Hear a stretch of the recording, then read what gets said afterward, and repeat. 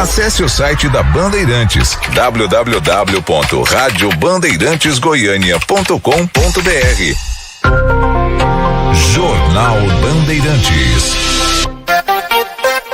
7h05, estamos de volta com o Jornal Bandeirantes. Já teremos uma entrevista para falar a respeito do aumento previsto para esse ano na energia, né, elétrica, que deve ser de pelo menos 5%, né? A gente vai ver aí mais uma vez uma faca no nosso bolso referente à energia elétrica no nosso país. E é importante você participar, você enviar sua mensagem, também ficar atento às dicas do especialista que nós vamos ter a partir de agora. Vamos conversar com o presidente da Associação Brasileira de Engenheiros Eletricistas Regional de Goiás, o Peterson Caparrosa, que traz então as informações para nós a respeito desse reajuste que deve atingir aí, passar na verdade de mais de 5% neste ano. Peterson, boa noite para você, obrigado por atender a nossa equipe, seja bem-vindo ao Jornal Bandeirantes. Saudações, Larissa Dourado, você me ouve bem? Sim, escuto claramente. Fica aqui meus agradecimentos pelo convite e é sempre importante estar conversando com o público da Rádio Bandeirantes a respeito de questões relacionadas à energia elétrica, que antes, no passado, era um mero número numa fatura e hoje é um dos principais fatores do orçamento familiar do povo brasileiro. Com toda certeza. O que a gente pode agregar agora para tentar analisar o que vai gerar esse reajuste neste ano de 2024? A gente já vem de anos que houveram muitas alterações, acréscimos, tanto da ANEEL, tanto também dos estados, né? Ali com as suas empresas que fazem o fornecimento, né, de energia elétrica em cada estado.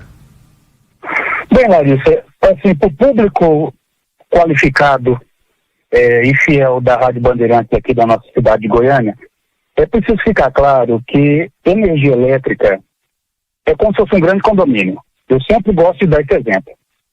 Tudo que acontece num condomínio, ele é rateado entre os condôminos. E com energia elétrica não é diferente, tá?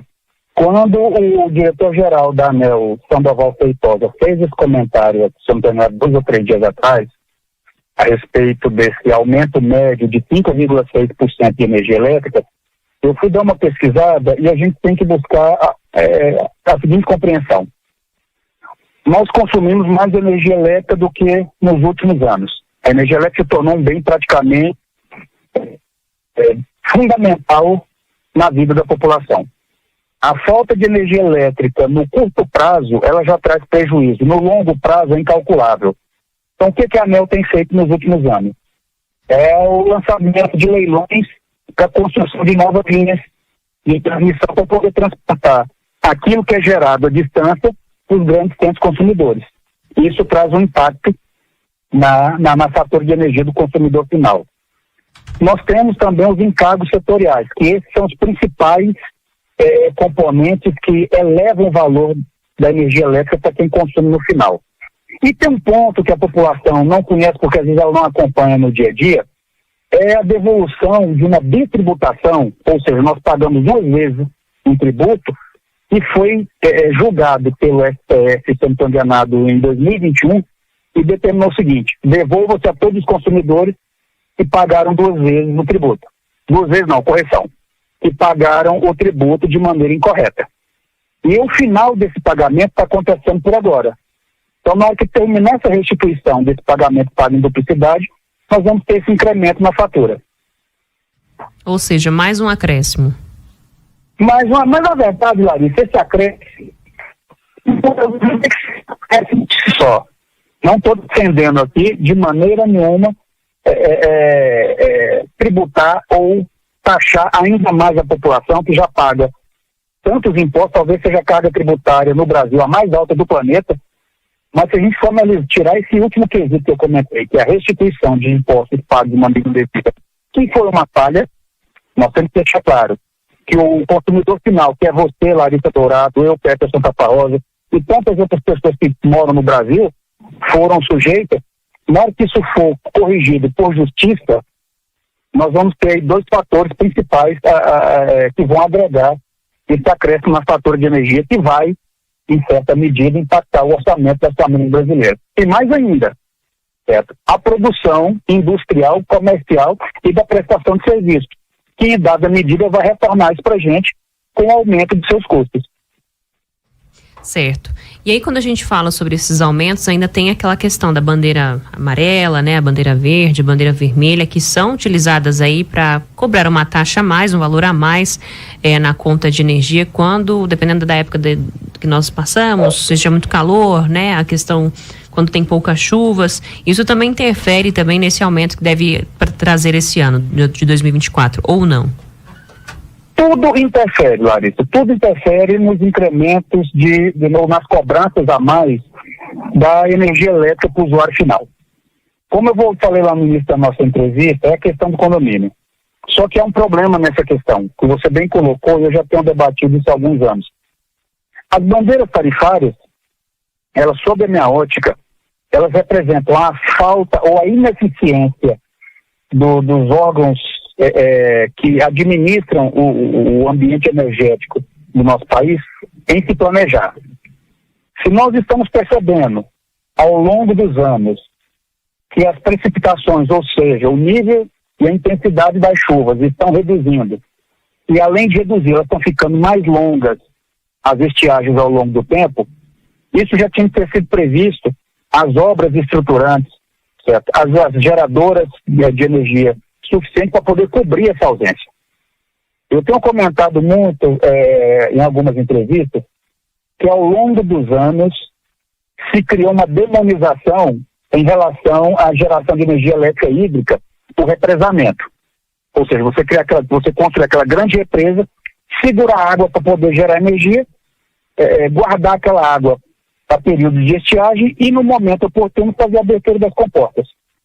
Nós estamos dando muita preferência para fontes alternativas, o que não é um problema, pelo contrário, é uma parte da solução, mas nós estamos esquecendo que o Brasil hoje, ele está sendo suprido em sua, eu não vou dizer maioria, mas de uma maneira preponderante, por fontes que utilizam combustíveis fósseis.